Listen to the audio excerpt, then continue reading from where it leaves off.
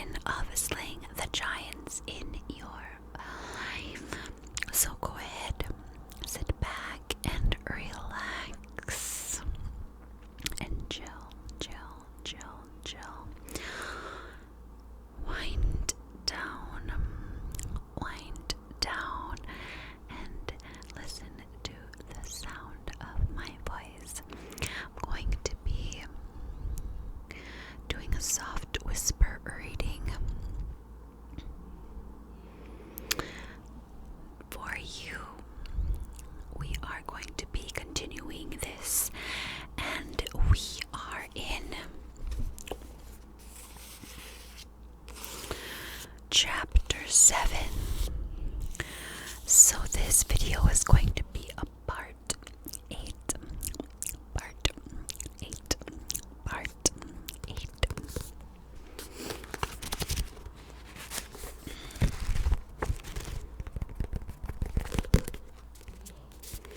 By David Jeremiah. Let's go ahead and begin.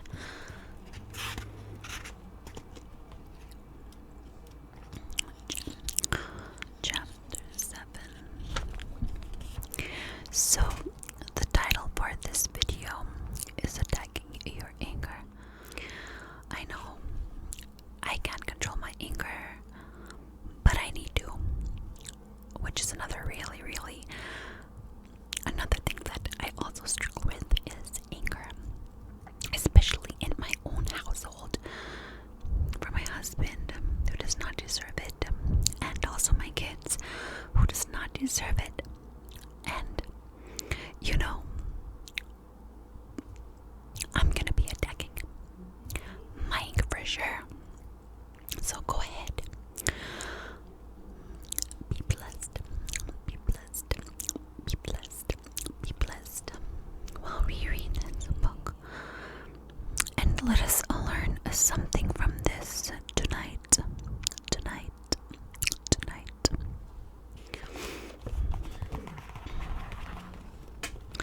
You can win the battle and live victoriously. Peter came from good stock. Bible-believing, church-going people. But there was something in him, some indefinable spark of rebellion that began to appear in his adolescence. When Peter went off to college, he basically swept God from his life. He fell into a life of moral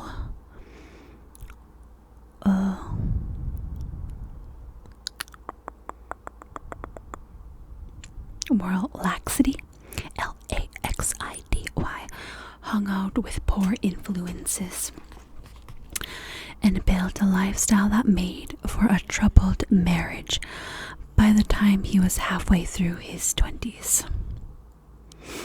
Why then did he become a policeman? It may have been the course correction of a life flying out of control. Perhaps he fled from a life of lawlessness to one built around enforcement.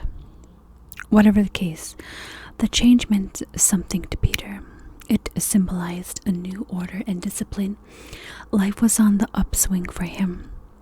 Above all, he would build a strong marriage and a tight-knit family. To that end, he put in the necessary hours and gave his best. When Peter's wife became pregnant, this was only a confirmation that all his dreams were on the verge of fulfillment. That's when the bomb hit. That's when the pink slip arrived. Peter stared at the little note in disbelief. There had been no warning, and the chief offered no explanation whatsoever. Peter was being given his walking papers. His services were no longer required. All the years of devotion to police training, all his loyal and commitment. And now, with a pregnant wife, huge debts, and no prospects, Peter was rejected, discarded like dirty linen. As he stared at the dismissal in his hands, the pink slip became purple rage. The slip crumbled. The hands clutched like claws. They were strong hands. Now they were itching for vengeance.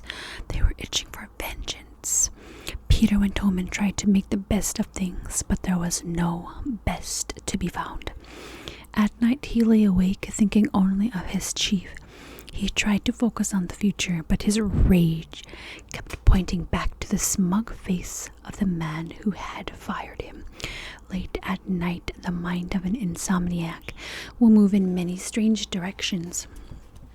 Only days earlier he wouldn't have believed it, but now Peter found himself plotting a murder, and the purple range deepened to black. Perhaps it began as a mental exercise, just a way of coping with his feelings, but the fantasies often create their own reality. Peter began to rehearse in his mind the details of premeditated murder. He had the guns. His employment had trained him well in their use. He'd also been taught about criminals and the mistakes that got them caught. Peter could avoid those mistakes. Who else but a well-trained cop was equipped to commit the perfect crime? But the odds of apprehension were a moot point. In truth, he didn't care. So black was his rage that he was willing to pay any price: prison, execution, the loss of his family. None of those things dwelt in the forefront of his mind. His mind had no room for anything but rage. The world is an angry place. Who can say why the word range has developed so many qualifiers?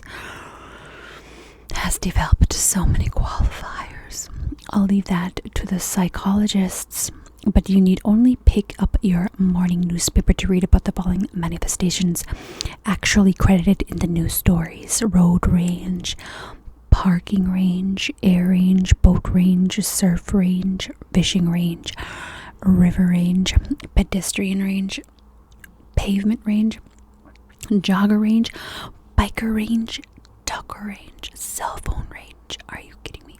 Shopping range, grocery cart range, and checkout line range. I'm told there's such a thing as puke rage, though I haven't actually witnessed it at our church yet. We might observe that range is all the range. But of course, we're talking about a serious matter. What makes anger so exclusive and so incredibly dangerous is that it flares suddenly, powerfully, and irrationally. It takes no counsel of the future. It takes no counsel of personal safety, even one's own. If we were dealing with a lengthy fuse, there would be no problem at all with there. We'd think, wait, I smell smoke. I hear that the fuse has been lit. I'll go get a bucket of water to douse the flame. But it's not a lengthy fuse. It's a short fuse that you and I have to contend with. And when someone with a short fuse is behind the wheel of a car moving at 70 miles per hour, or within reach of a handgun, or even simply in possession of a balled up fist or an eloquent tongue, that's how you say eloquent tongue, then anger becomes a harmful thing. It's as old as sin itself, of course. Certainly as old as Cain, but I believe we've been toxic anger climb to new levels in our generation. I agree. Until recently, I hadn't been followed up the freeway by an angry driver after I had accidentally cut him off. I hadn't counseled junior high students who had seen their friends murdered in school hallways.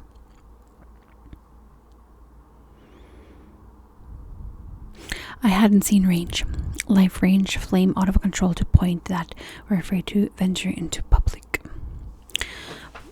But there we have it. Life range. Rage. Sorry, I've been saying range, but is R-A-G-E. R-A-G-E, rage. There are people who spend their entire adult lives in anger. Oh man, I wouldn't want to do that. I don't want to do that. Oh God. And we all know that explosive substances are a danger not only to the targets but also to those who set them and to innocent bystanders. Anger is the acid that can harm the vessel in which it is stored even more than the person on whom it is poured. If you struggle with toxic anger, then you are in more danger than anyone else. If you struggle with toxic anger, then you're in more danger than anyone else. We have so much to learn. We have so much to learn from God's word about the anger epidemic. Recognizing sinless anger. Ephesians chapter 4 verses 26 through 27 is simple and profound, and a bit of a surprise. Be angry and do not sin. Do not let the sun go down on your wrath, nor give place to the devil. We don't expect the biblical command to be angry. We've seen all the damage anger can cause. I've seen my days. We recognize it is as a product of sin. So why does Paul tell us to be angry, especially when he is about to write in verse 31 that we should put all our anger away from us? Is this some kind of contradiction? No, of course not. The indication is that we're dealing with a different kind of anger. Could there be some positive or sinless form of it?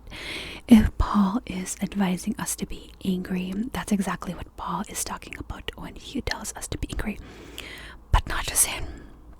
We're going to take a close look at the ultimate model of that principle, Jesus Christ himself. It is possible to use anger positively, and he showed us how. On the other hand, let's be clear on one point about anger. Some people use this passage to justify venting their anger, acting it out physically, as a positive and therapeutic thing. Pop psychologists love giving their advice, particularly that new breed known as a radiotherapist. Don't hold it in. They say, go let it out. Find the person who has ticked you off and give them an earful. And it's no wonder, of course, that these radio doctors are popular. They tickle the ear with pleasing prescriptions. Let's remember, they'd rather have high ratings than high righteousness. Television, radio, and the movies understand that we savor anger, as we'll see, and they love to egg people on to play out their carnal passions.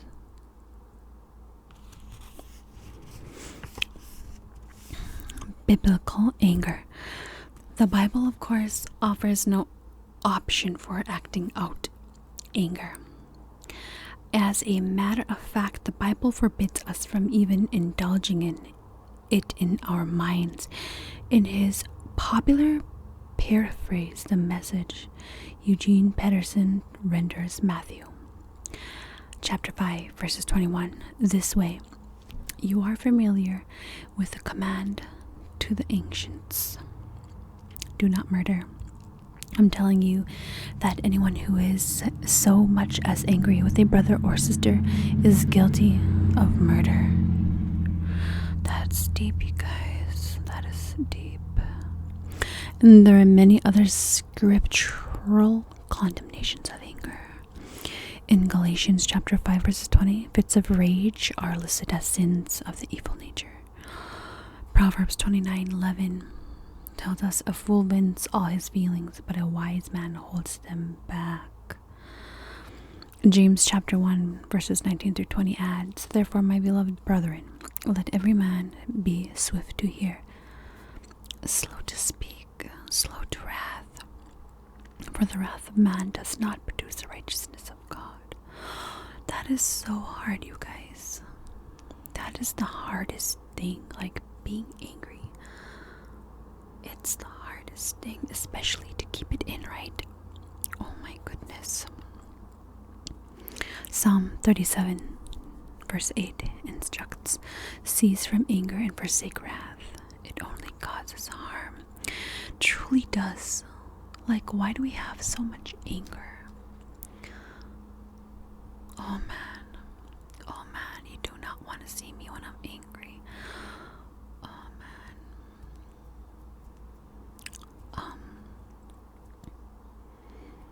It could get really ugly, to be honest.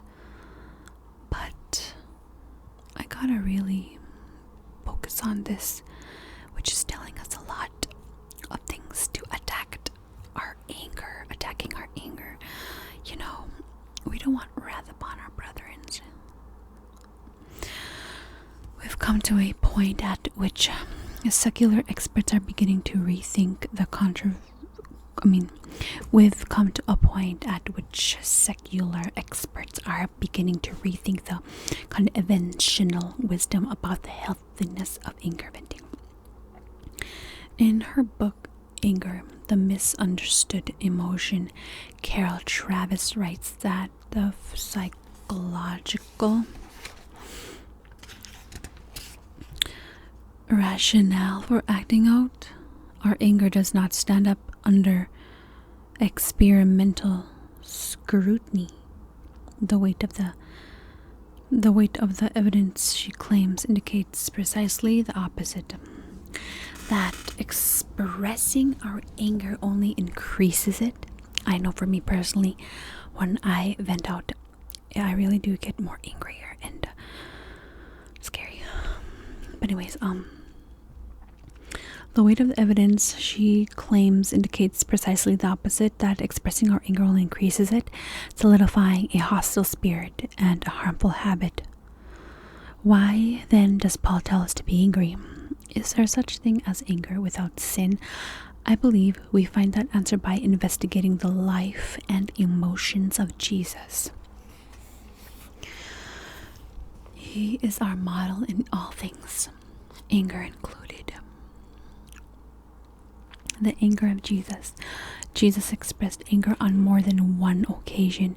You may already be thinking of the most famous of these, his encounter with the money changers at the temple. The Apostle John places the account of his event right at the front end of his gospel in chapter 2. We learned that Jesus came to the great house of God and found a thriving business venture in process, the selling of sheep and oxen, the exchange of money, and the making of fortunes. Jesus carefully instructed a whip made of cords, and he set about driving out all the purveyors of the sacrifice industry. Not only that, he overturned the tables. I remember this one. He overturned the tables and let all the money fall to the floor.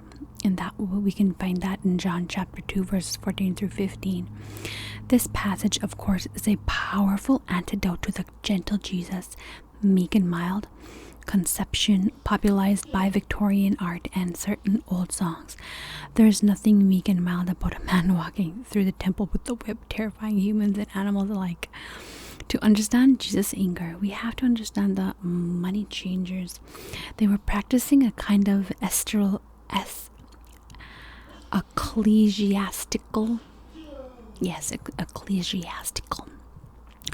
They were practicing a kind of ecclesiastical extortion on the holiest ground in the world.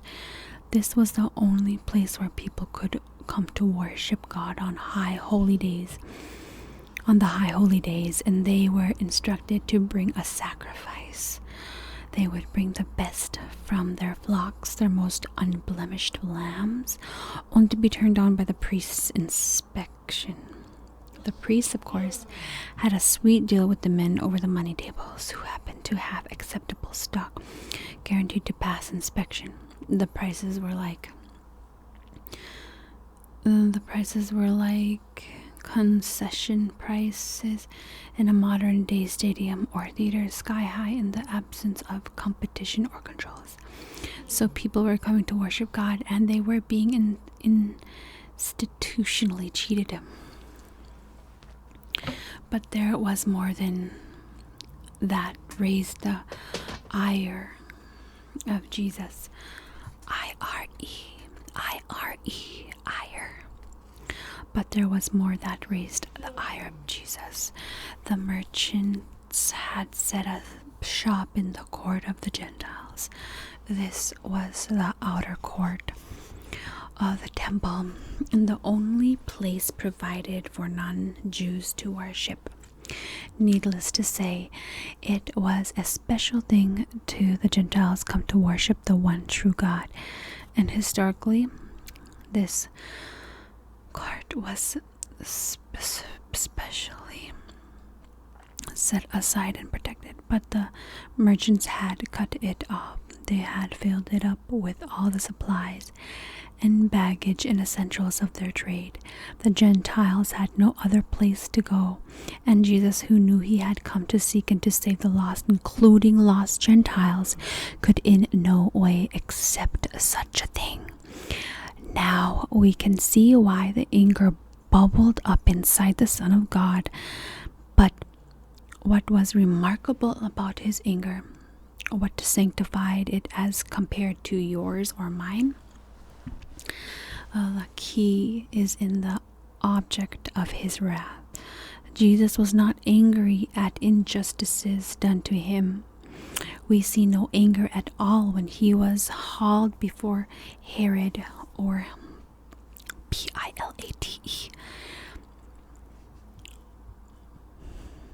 Pilate. When he was beaten or mocked, he showed no anger.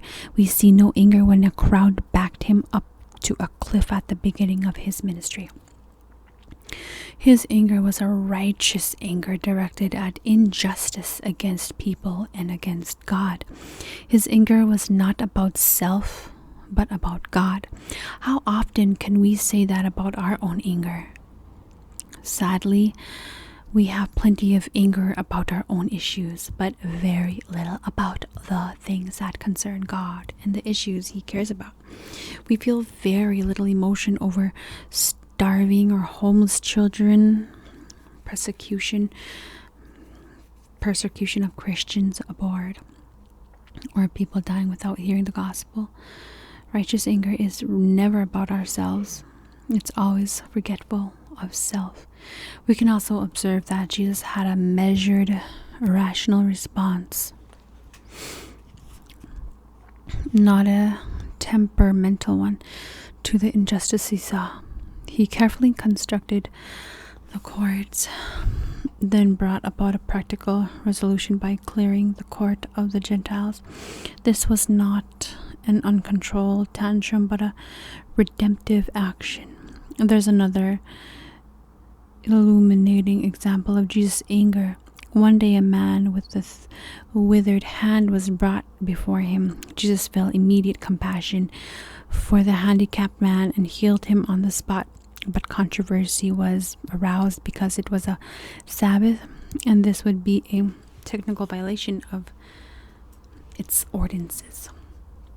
Mark chapter 3 verse 5 tells us in no uncertain terms that Jesus looked around at them with anger, grieved by the hardness of their hearts. He was frustrated because the people didn't get it. They didn't comprehend what the Hebrew laws were truly all about. They didn't comprehend compassion and a redemption love that could override the fine print of the Hebrew law. And they didn't comprehend what Jesus himself was all about. So he was angry, righteously angry.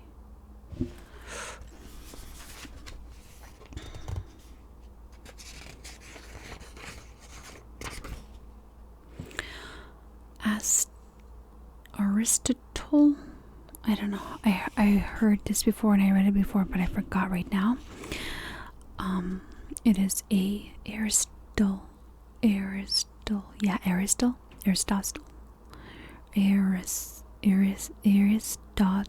Aristotle, phrased it well. A man who is angry on the right grounds, against the right persons, in the right manner, at the right moment, and for the right length of time deserves great praise. The anger of Jesus embodied every clause in that statement. There is such a thing as righteous, sinless anger, but approach it with care. Look deeply into your heart before accepting it in yourself. The right kind of anger is admirable, but the wrong kind is an abomination. Renouncing sinful anger. Now we have come to the other verse of anger, the kind of Paul refers to later in the same chapter. He describes this kind in more detail, offering some of the forms it's likely to take. Let all bitterness, wrath, anger, clamor, and evil speaking be put away from you with all malice. Ephesians chapter 4 verses 31. This is the kind of anger you and I know as well. We all claim to be expressing righteousness, indignation from time to time, but most of the time what we're really talking about is garden variety anger, bitterness, grudges, wrath, rage, clamor, tantrums, and evil speaking, a tongue-dipping poison. We all have our weak spots, our pet peeves that get inside us and work on our emotions until we're struggling with anger.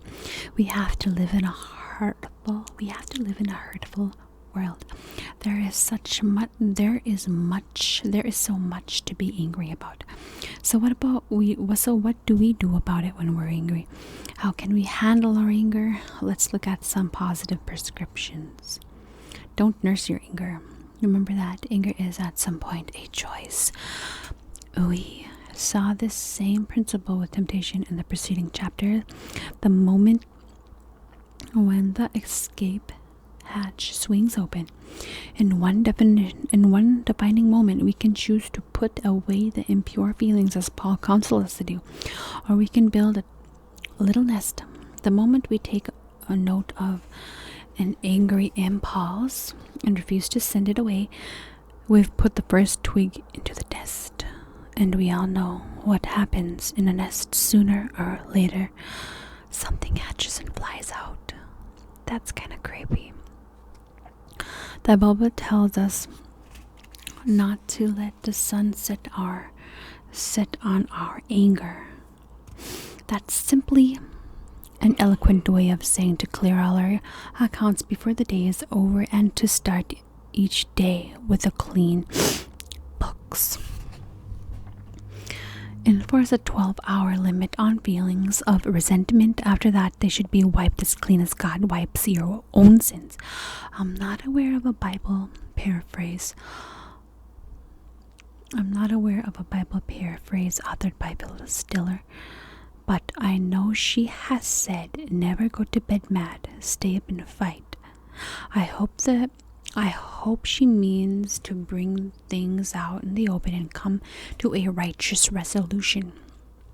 Wiping the slate clean isn't the same as sweeping things under the bed.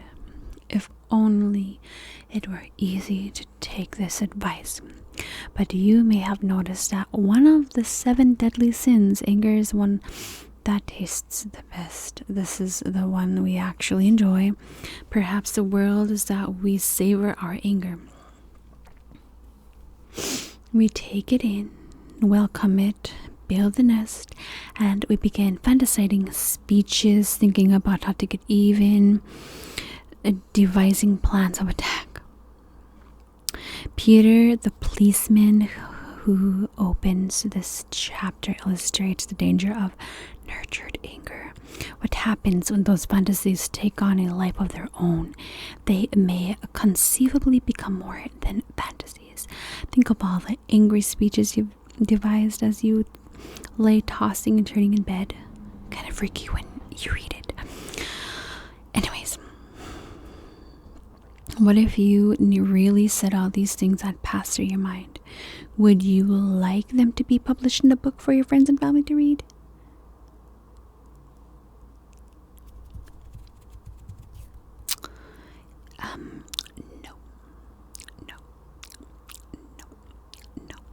I'm glad this publisher hasn't done that little favor for me. That's not a book I'm eager to put in print. It would cause me great sorrow and distress, yet we enjoy composing those convent undeliverable speeches we say for our anger. It's so hard to let go. Tell me about it. Anyways, a ministerial friend counseled a woman who had been divorced for many years. After all this time, she was still attending divorce recovery seminars. She was still spouting off all her rage and bitterness about the husband who had abandoned her for another one. The leader asked her, "Why can't you move on with your life? Why can't you let go of your anger?" She replied, "Because it's the only story I have." That's a sad commentary. Sometimes we need to write the end of the story, unhappy ending and all, and begin a new and fresh chapter. Nurtured anger is no way to live. Oh man. Imagine if I held on to every anger. Oof. I just want to drop this down and just start praying. I'm just gonna like, give it to God. Oh Lord, please just like take my heavy burdens, take everything, make it lighter on my back. God got it. He got us all. He got us all. He got us all. Imagine how peaceful and light you would be if you just gave your anger and the heavy burdens to our Lord. Oh, thank God for our Lord, because I wouldn't be able to do it. Oh my gosh. The nurtured anger is no way to live. The grudge is a kind of cancer that attacks the soul, bringing it with feelings of dark cynicism. This is why we say anger is toxic. It becomes a poison that will eventually kill the spirit. I don't want that for my life. Hebrews chapter 12 verses 15 warned us to be careful gardeners. We're not to let any root of bitterness spring up and cause trouble, defiling the garden of our relationship. Like anything in general. Past, hurts that someone did to you, or, your childhood, or whatever the cause. Imagine if you gave it all to the Lord and let go of the bitterness. I bet that would feel so good. And I know people need it. Not everybody knows or is open to understanding to, think about these things and think about it and think about your anger and just let it go. Some people are, myself included, I had a long time to recover, from it, just everything, and letting everything go. Like, that wasn't helping me or bearing fruit in my life. I just had to let it go. It was a dead root. Drop it off in your mind. Try at least, practices and stuff, to let it go.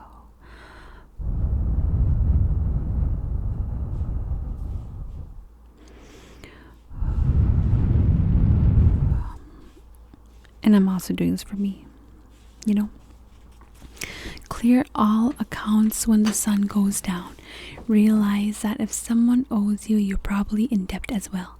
And be content to break even on the relationship books. We have to remember the Bible tells us to avoid any debt other than the debt of love.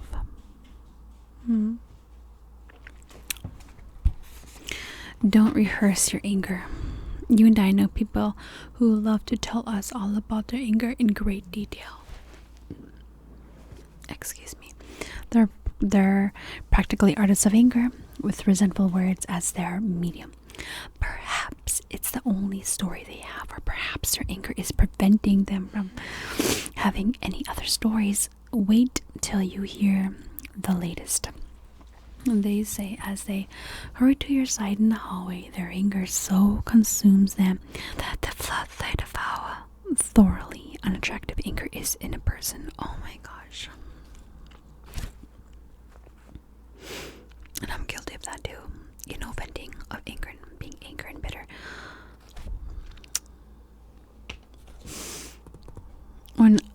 was a young man just beginning my ministry, I heard a speech by Henry Brand on this topic. He believed that it's a fallacy to say that some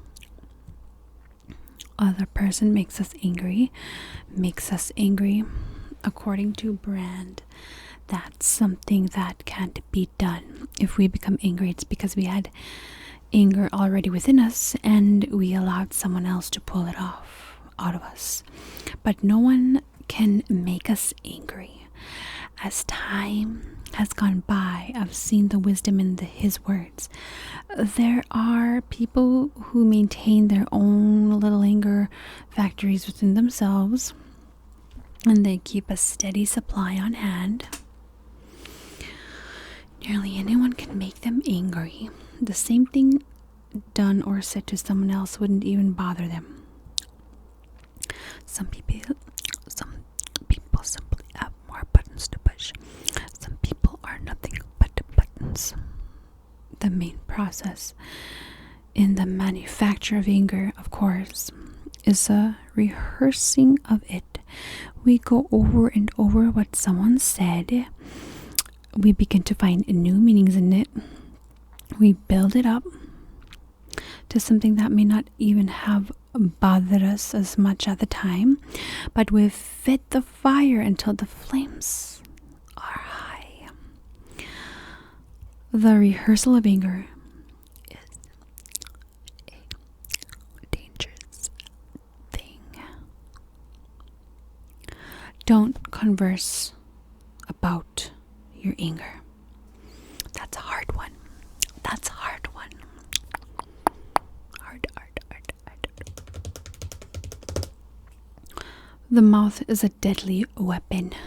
Don't let it be a promoter of anger.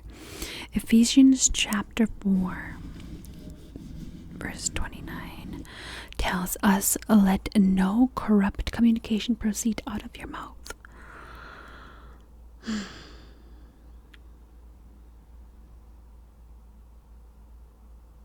It's like sinners judging sinners for sinning differently.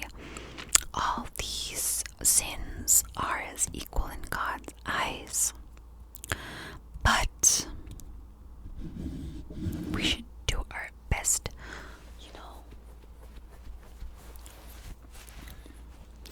and that is including moi.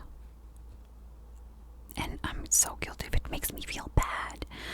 The mouth is a deadly weapon. Don't let it be promoter of anger. Ephesians chapter 4:29 tells us, let no corrupt communication proceed out of your mouth. That word corrupt carries the idea of cutting. Don't let any cutting remark escape you. Unfortunately, that's almost an indoor sport in our contemporary culture. It's a cynical, smart mouth age as we live in. Haven't you noticed? We use so much disrespect that we've abbreviated the word into diss. Don't diss me. Don't diss me, man. We spend plenty of time cutting the boss, the pastor, the children, the parents, the neighbors. The list, of course, is limited only by the number of acquaintances we have. Some today are willing to make cutting remarks in public about their spouses. And I forgot how, marriage is so holy. As widespread as the sarcasm is, there is no for it in the Christian vocabulary, not if we're to hold the New Testament as our authority. Sarcasm is, there's no place for it in the Christian vocabulary, not hold the New Testament as our authority. At one time, I had a friend who was a master of the cutting comment. He kept his blade plenty sharp, would have a lunch date, and would begin cutting into me. I took it with good humor because that's the way it was meant. As a matter of fact, I decided I might as well fight fire with fire. I began to cut him right back, all in fun, but time went on and his mock adversarial exchange became the pattern for our relationship, and finally I began to sense a change in my friend's spirit. One day I noticed he didn't seem to want any part of me. I couldn't even get him to look at me in the eye. He was now too busy for the lunches we used to share. Finally, I confronted him about it. My friend immediately pointed to a conversation we'd completely forgotten. I'd made some joking observation of him without meaning it at all, but I'd hit a nerve. He took it very personally, nurtured it in his heart, and developed a spirit of bitterness. This is like hitting my soul right now. The remark, innocent as it was on my part, had poisoned our friendship. On that day, I vowed before God that as much as it is possible on my end, I'd clean that brand of conversation right out of my life. Words are too powerful to be used carelessly. From then on, I began to use words to say what I really meant. Nothing more, nothing less. Nothing more, nothing less.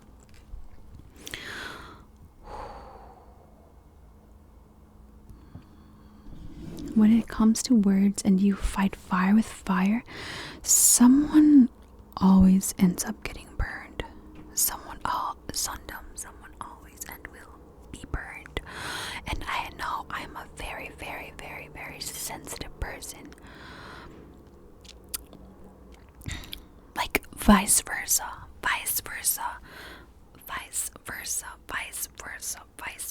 Like I would want to do that to my friend. And I don't want to be that friend, to do that to each other. But I'm grateful there's something better for us. According to Ephesians chapter 4, verses 29, our alternative is to say what is good for necessary edification, that it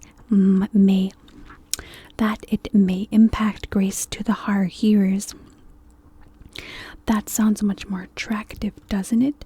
Rather than running down people, we can spend the same time edifying them, using the tongue as a vessel of grace. That's so powerful, you guys. That's one of the marks of the Christian.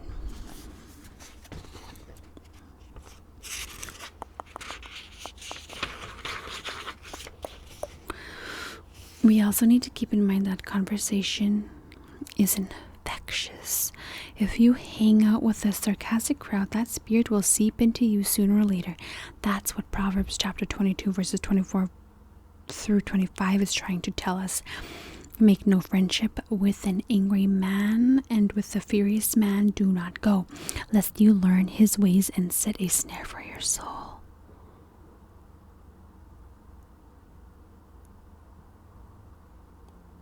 Have you ever considered this? The relationships you choose may be setting a soul trap. This is where it gets deep. Don't disperse your anger. Proverbs chapter 19:11 says, "The discretion of a man makes him slow to anger, and it is to his glory to overlook a transgression."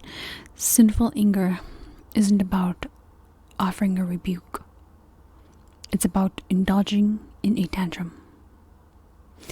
Sinful anger isn't about offering a rebuke. It's about indulging in a tantrum. Sinful anger. Temper tantrums, of course, are identified with little children. My grandson is angelic, and I wish there was room for my snapshots of him here in this book, but I've seen a few tantrums too, occasionally. David Todd wants something that isn't available to him,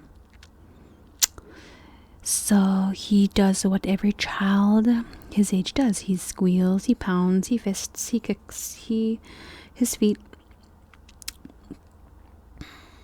He rolls on the carpet. He expresses every ounce of anger and frustration within him because he hasn't yet reached the age where self-control is possible. Most of us do reach that age. We do master our emotions to differing extents. There are some adults who indulge in very adult temper tantrums. Guilty. They may not roll on the carpet or squeal, but they act out their emotions on their own terms. When you must deal with anger, don't nurse it, don't rehearse it, don't converse about it, don't dispense it. Instead, you must reverse it. How powerful does that sound? That is the most beautiful thing. I love that. When you must deal with anger, don't nurse it. Don't rehearse it. Don't converse it. Don't dispense it. Instead, you must reverse it. Oh my gosh, I should highlight that. I am going to highlight that because that's so powerful. That's like rebuking an evil spirit. Anyways, reverse your anger. Anger in reverse. What does that mean? We've all done things we've wished we can reverse.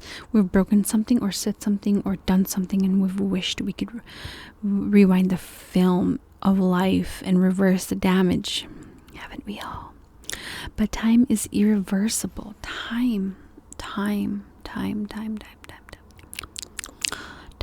is irreversible. Time is irreversible. It's irreversible. I'm having an epiphany, y'all. I'm having an epiphany right now. The Bible offers an alternative way to reverse things.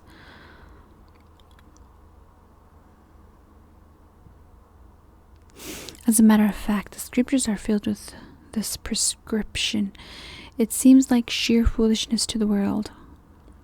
On those rare occasions when the world sees it, if someone makes us angry, we offer love in return. If someone threatens harm, we feel compassion for the forces that made him or her that way. Instead of retaliation, we offer redemption. Romans chapter 12 verses 20 says, if your enemy hungers, feed him. If he thirsts, give him a drink. For in so doing, you will heap coals of fire on his head. That's a verse that used to puzzle me. I'm supposed to offer comfort to the enemy, and for the purpose of what? Heaping burning coals on his head. I decided to get to the bottom of this passage, and what I discovered fascinated me. I found out an old Egyptian custom. A person committed some kind of misdeed, and he felt the need to express his shame and contrition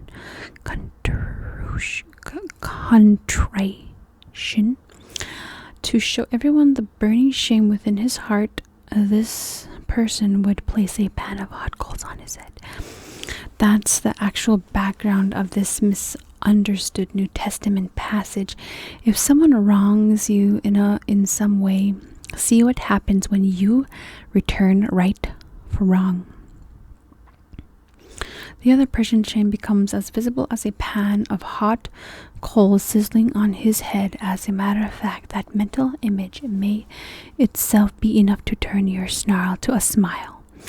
That is what I mean by reversing our anger. We turn base human reactions on their head.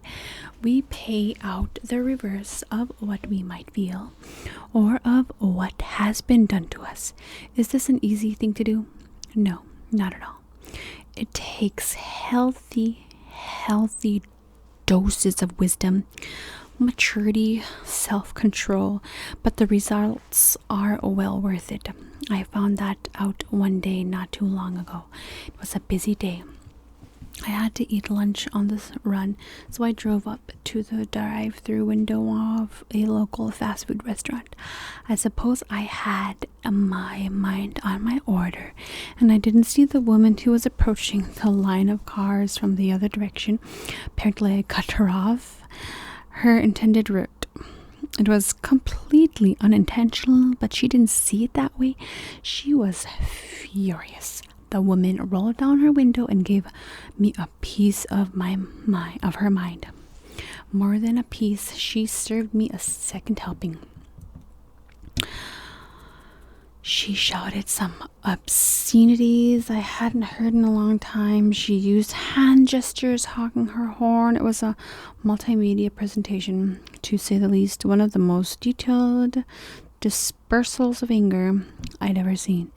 And by the time her volcano was out of the molten lava, there she was behind me in a line, and we were both waiting for lunch. I admit that I reached over and locked my doors. But I also had a sly idea. As I was getting my food, I asked for the total bill for the woman behind me. The waitress asked, "Is she one of your relatives?" "Certainly not," I said. That thought sent a cold chill up my spine, but still I'd like to pay for her dinner. "Well, that's very nice," said the drive-thru waitress, so I paid for both of us. I confess that I couldn't help but wait around, futilely adjust my review mirror because I want to see the woman's response. She was in total shock when I saw her again. It was as if she had seen the supernatural. And maybe she had just attacked some stranger with all her claws, and he had bought her lunch. It was a full-scale reversal. Hallelujah. And guess what? I don't believe the quote, "kill her with kindness, kill them with kindness." I don't believe that's true. I despise that quote, you guys. I despise that quote, "kill them with kindness," because you don't want to kill them with kindness. Kindness, will reverse anger. Kindness will reverse anger. That's some twisted quote that someone wrote, that "kill them with kindness." I always despised and do not like that quote, because it's supposed to help, uplift, not kill. That's some twisted stuff.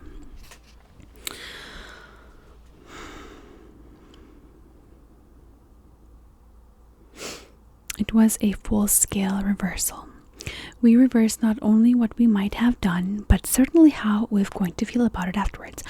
I don't know how she feels about it today, whether it's hot coals or hot lava. But I feel good about the incident. I feel that I proved the truth of the biblical prescription. Any armchair quarterback can tell you that when you feel pressure up the middle, you call it a reverse.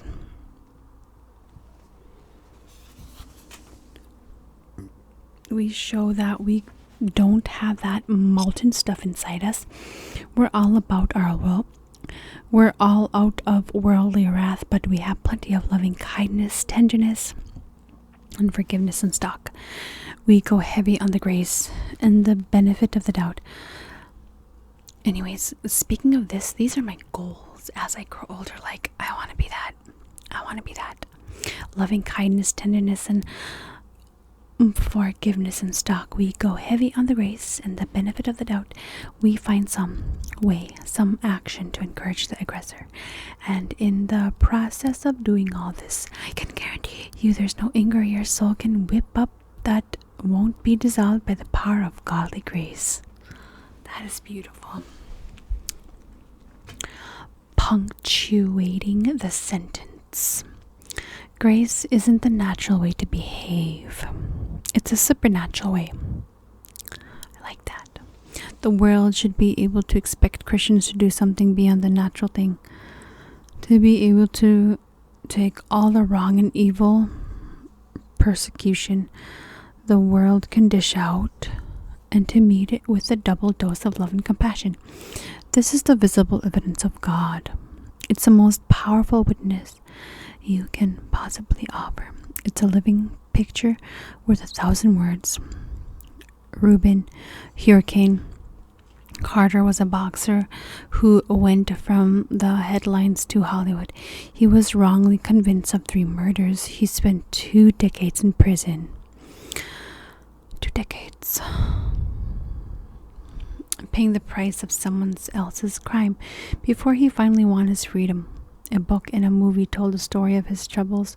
How would you feel if it happened to you sitting in that cell alone for 20 years? What thoughts and emotions will be likely to circulate through your mind? I'll let Ruben offer you these thoughts about his nightmarish experience.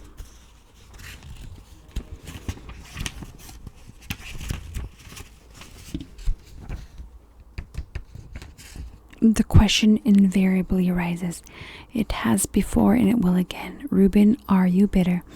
And in answer to that, I will say, after all that's been said and done, the fact that the most productive years of my life between the ages of 29 and 50 have been stolen, the fact that I was deprived of seeing my children grow up, wouldn't you think I would have a right to be bitter? Wouldn't anyone under those circumstances have a right to be bitter? In fact, it would be very easy to be bitter, but that has never been my nature or my lot to do things that easy way. If I have learned nothing else in my life, I've learned that the bitterness only consumes the vessel that contains it. And for me to permit bitterness to control or to infect my life in any way whatsoever would be to allow those who imprisoned me to take even more than 22 years they've already taken. Now that would make me an accomplice to their crime.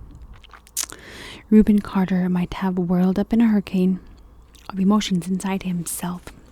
Most people would have done so, but he knew that once crime was enough. Why perpetuate it? Somewhere all evil, all wrongdoing must be punctuated. Someone must put down a period instead of a comma. Comma. Period instead of a comma. Otherwise, life is one long sentence without parole.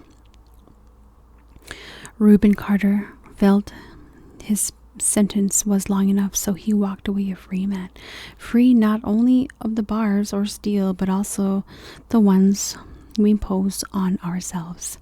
Anger can be punctuated. We do so when we reverse it and release it to God. One day, many years ago, a man was beaten and tortured. He was spat upon and robbed. He endured every insult imaginable. Then he nailed to a cross. He is nailed to a cross. Hanging there in darkness and mockery, blood flowing from nearly every part of his body. He might have yelled out curses to all his killers. As a matter of fact, he might have done much more than that. Awesome power was in his grasp. But Jesus reversed the evil. He took it all within his aching body and offered a prayer of forgiveness. They know not what they do, he said. And isn't that almost always true when we've been wronged? People know not what they do.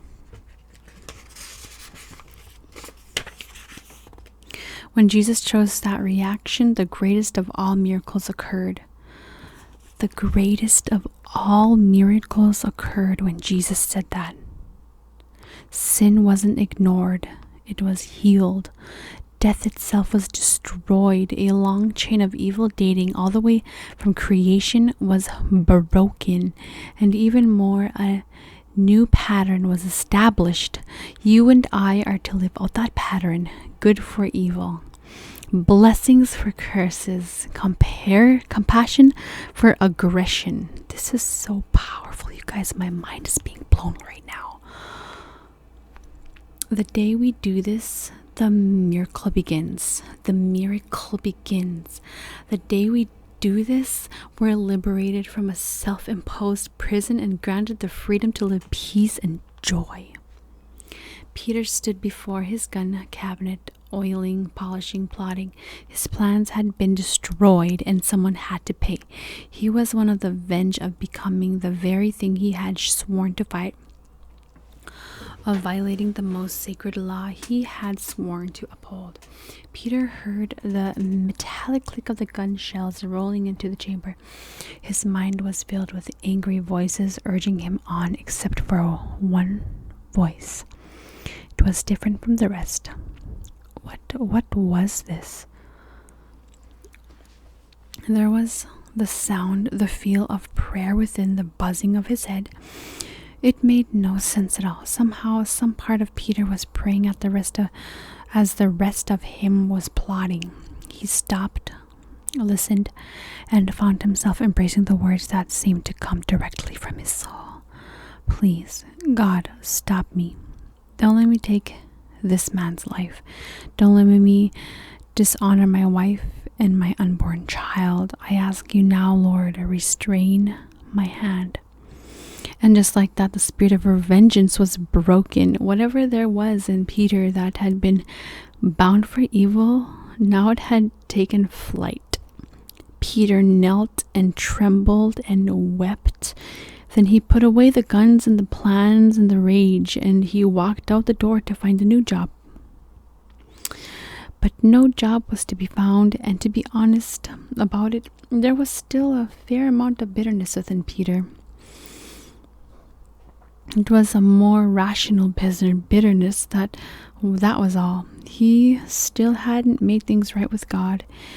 In the weeks to come, as he continued searching for a new career, his wife finally went into labor. Like many firstborns, this one came with a great deal of pain and struggle. Labor lasted the longest 12 hours Peter had ever spent, and he prayed nearly every moment of it. Help my wife, Lord. Help my child. As he talked to God simply and honestly, it seemed as if God was saying something back to him. He suddenly came to understand that he hadn't known God at all, and that without him, there could never be any peace in his life.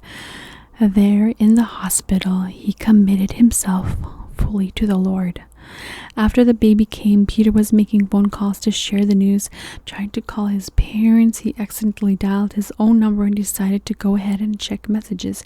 A man was trying to reach him, to offer him a job. The work began the next day. Was Peter interested? Of course he was. Peter's trainer turned out to be a man who loved the Lord intensely, a man who quickly perceived what was happening in his young co-worker's soul. He trained Peter in much more than work over the next few weeks. The same God who had restrained Peter's hand had sent an angel to nurture his soul. God must love me a lot, Peter thought. It was hard to take in.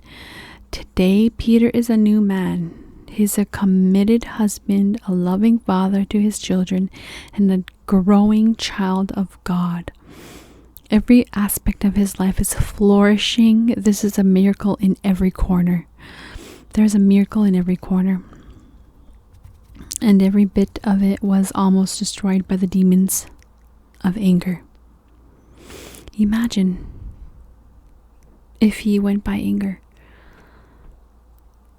and he shot the guy.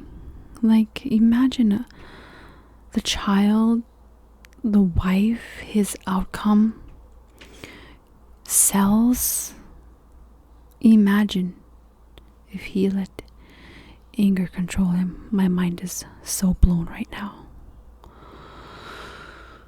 Powerful stuff. Are you angry? Am I angry? Yes, I could be angry. Yes, I'm angry.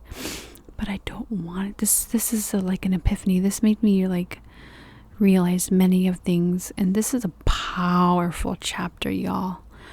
Powerful chapter, you guys. It just made me want to pray. Release your anger to God. See what miraculous thing can be wrought from it. Roigt. WROUGHT.